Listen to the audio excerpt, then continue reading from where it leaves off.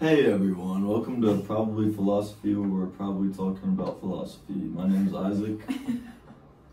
I'm Taliana. I'm Hannah. And I'm Ella. We're going to talk about 3 different connections that were presented throughout our semester course. So we'll start with utilitarianism and free will. So we have that utilitarianism is kind of an ethical reasoning based on your actions and what's going to promote like the greatest happiness. And then free will is kind of just like the freedom of making your own choices. So pretty much with utilitarianism and free will, it's just saying that, you know, you're trying to promote your greatest happiness. So it's kind of insinuating that you have free will and the right to choose what you want to do. Because if it's for your ultimate happiness, you're gonna have to have free will because you're choosing what makes you happy. Yeah, and if you don't get to choose, then it's like, oh, I'm not that happy. Like, I didn't get to choose what I wanted.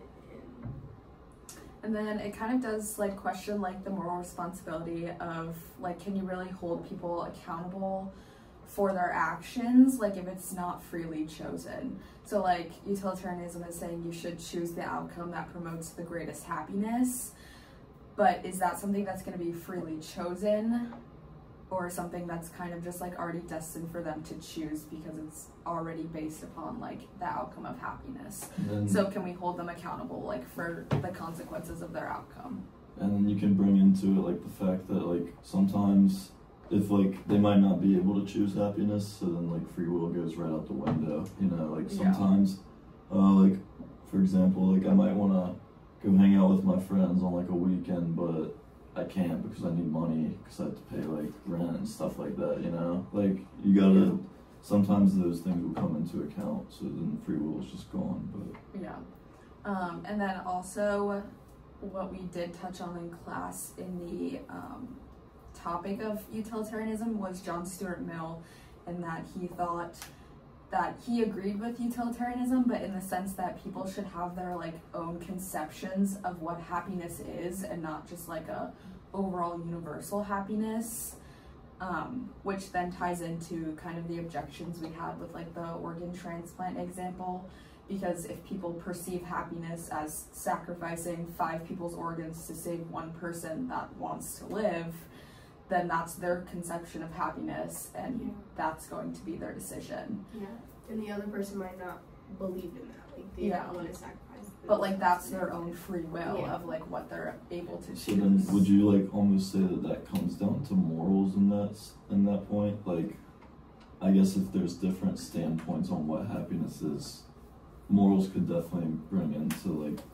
what would make you happy. Like in a sense, they can justify their own morals. Yeah, because like some people would like saving the 1 person would make them feel worse because they're actually like actively, or they're not saving the 1 person, but making it so you save the 5, like in the trolley problem, save the 5, or kill 1. Yeah. And then it's like if you do to save the 1, then it's like some people would feel happy because less people died, or some people would feel terrible because they actively changed the path of the train to kill that person. Yeah. I do think like overall like utilitarianism does promote free will, because like the main goal is happiness, and I feel like people want to freely choose happiness. Like nobody's forced to be happy. Like you don't have to be happy if you don't want to, I guess. So like I think in a sense utilitarianism does promote free will, but I do think there are like some instances in where like the route is kind of already chosen for you, and then it might just be a byproduct of like happiness might just be a byproduct of that route, and that's just your free will. I agree with that. I think it also deals with like I forgot exactly which one it was, but speaking about like the action versus like the consequence of how like if you did something, it's kind of like when we talked about like the axe murder, it's sure you have free will, but you don't really have like that free will in the sense of like if you lie to them, it's still wrong because it's your action, even though the consequence will be like your friend is gonna die, they're gonna murder them, but like it still deals with what you're saying, like the consequence of lying in a way. So I feel like that can also tie into like the free will and the utilitarianism situation. Like it kind of objects it in a way, kind of like you're doing what makes you happy, and obviously I mean I don't think you want your friend dying. It's kind of crazy, but like I feel like it ties into that with like you still having free will, and it deals with like a moral compass also with like it's wrong if you're gonna like lying is wrong, but also like you're allowing your friend to get murdered, which is also so it's like wrong. both There's a You don't contradiction. know which to choose. So it's like, Yeah. I feel like you're also kind of like, in a sense, don't have free will because you're thinking about the consequences that are going to come out of the action before you even act on it. So like, is it really truly free will if like the consequences are influencing your decision and you're not just like, oh, this will make me happy, I don't care what comes out of it. yeah. So I feel like there's definitely different perceptions. Like I can see it like promoting free will, but at the same time not promoting free will. Well, I guess in a sense, like some people would say that like free will is like the ability to do something without like caring about the consequences. Like, Yeah. oh, I have So, this. like- I'm just gonna do it. Like I've seen videos of people doing like stupid stuff and they're like, bro's using 100% of his free will. Yeah. And it's Or like, like he's people not, who walk out of yeah. class, like, Yeah. oh, like this teacher's not gonna stop me. Like, I'm just gonna do it. Yeah. Like, realizing you don't have to be Yeah. there. Like, Like, I can okay, leave whenever I like, want to. I don't have to like. I'm not tied to this chair or handcuffed Yeah. to the chair. Like, I'm not a prisoner. I'm just gonna go. Yeah. I agree with that. Yeah. Okay. Okay, so our next topic is going to connect the story of Sky Woman with the idea of physicalism and Descartes' view on minds and animals. So the story of Sky Woman was a woman who fell from Sky World. In her hand she had a bunch of seeds in which she spread to kind of develop the earth into what it is. But her story in a sense was that when she was falling from the sky, the animals realized that she was gonna die with the impact she had on the ground. So like the birds kind of grabbed her and like pulled her into the water. And then a muskrat like dove down to get dirt to like put on a turtle's back so that she was able to stand and not drown. And so in a sense, like those animals kind of realized what her outcome was going to be in her initial descent down to the earth and intervened and saved her. And then it ended up like kind of developing earth into what it is today, and like the interconnectedness of like the plants and the animals and the dirt. And that's kind of a quick summary of Sky Woman's story. Not to mention the muskrat died for her. Oh yes, the muskrat did die. Sacrificed Yes. his life. Sacrifice, yes. But yeah, when it ties to like the whole physicalism thing, it's just talking about how Sky Woman, I mean, the animals are dependent on her and she's dependent on the animals. I mean, she created earth and food and gave them seeds while they also saved her life. It's a symbiotic relationship.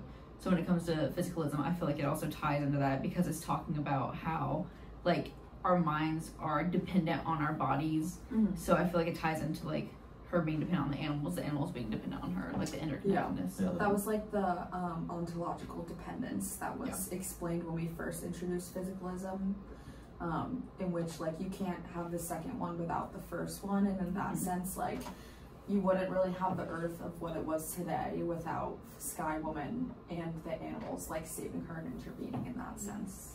And then like this story also like objects like the Descartes view where they're talking about like, or where he like thinks that animals don't have like consciousness or like mental states or like thinking like humans do. They're just like machines that are, you know, walking around. And hardwired. Yeah, they're reacting to instincts, And like they pure don't have like instincts. the capacity for thought or like Yeah. Or like feelings and emotions. Like they're just acting. yeah. Yeah. And so that kind of ties into functionalism and identity theory, both in the sense in which like functionalism is something is a mind if it functions correctly, and like those animals were able to like have the functional mind of being able to save Sky Woman, and they weren't just like existing watching her fall out of the sky to her impeding death. Yeah.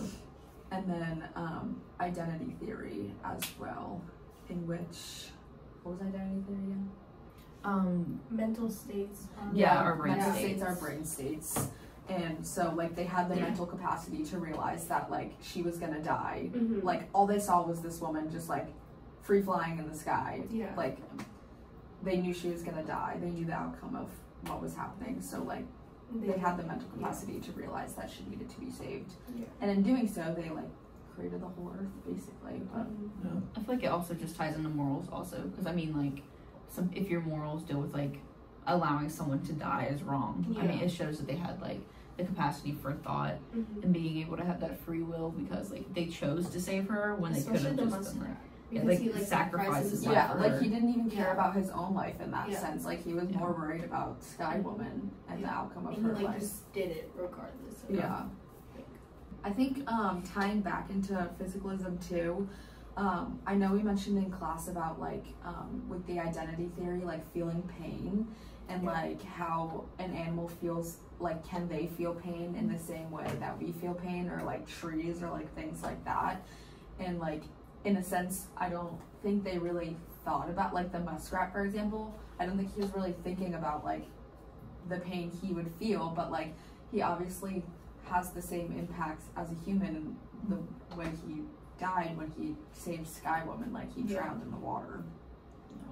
So like his mental state becomes a brain state in the similar ways as like humans and things like that, so it kind of goes against what Descartes was claiming. Yeah, that's what I think. Okay, so next topic we're talking about is empiricism and ethics, more specifically like ethical subjectivism, cultural subjectivism, and divine command theorists. But empiricism is just saying that knowledge comes from your perception and experience that you've had in the real world. And then, of course, just ethics. What do you view as right? What is, like, you know, kind of almost like morals, but in a way. But to talk about that, we're just talking about just like connecting them in general. So when I view it, I feel like you can talk about like naive realism, just like the belief that our perceptions are accurate and unbiased, and kind of tying that to like what you've experienced in the world. It has to tie back to that. Yeah. So I kind of like came to the conclusion that empiricism like kind of forms your ethical framework because it's based off of like human behavior and like the observations that you like gain like throughout your life and your surroundings, which like in the most heavy sense we could relate to cultural relativism in a sense that like most of your experiences come from your culture and your surroundings and like what you're raised to believe like within that culture, and then you like adopt those beliefs and those become you. So like it kind of shapes your ethical frameworks because then at that point like what your culture says is right, like is right, it is true to you, and that's kind of what you follow like the rest of your life. Yeah, and another person's culture might not believe the same thing, so to them that's what's right. So it just kind of shows like different cultures have different beliefs, and then that's how people follow and carry through in the world, so that's what's right to them and how they live their life and like the experience they had, or like, oh, this is not right in my culture, so I'm not going to do it, and that's wrong. Yeah.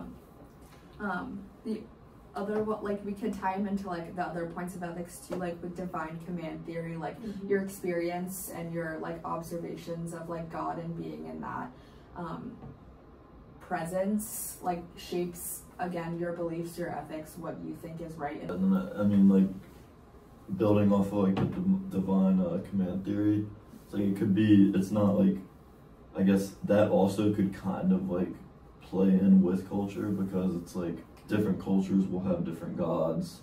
Like, you know, there's like Greek gods, you know, you have the, obviously, I mean, yeah, there's a bunch of different religions, and each of those religions have a different set of like morals and ethics that they teach. So that's, you know, also like if you're looking at a different god, your ethics are going to be a little bit different. Yeah.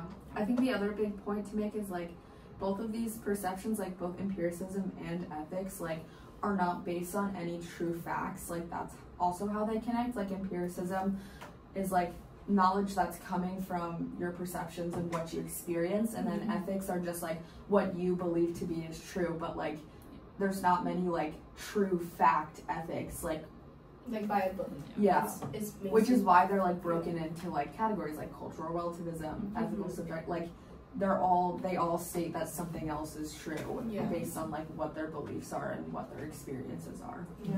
It's not like a strict, I guess, like rules or like laws that you have to follow. It's more of like it like ties into like the world. Moral values as well. Like it's not like a set of like correct ethics. It's like you know, everybody's ethics are gonna be different, and it's like some people, I mean, everybody can argue their own side, but it's like it doesn't really matter. It's just, you know, the individualism of like being able to just, or I guess that also can be brought back to like free will. Like you can have any of the ethics you want. Like with free will. Yeah. Well, thank you for tuning in to Probably Philosophy, where we talk about Philosophy, probably.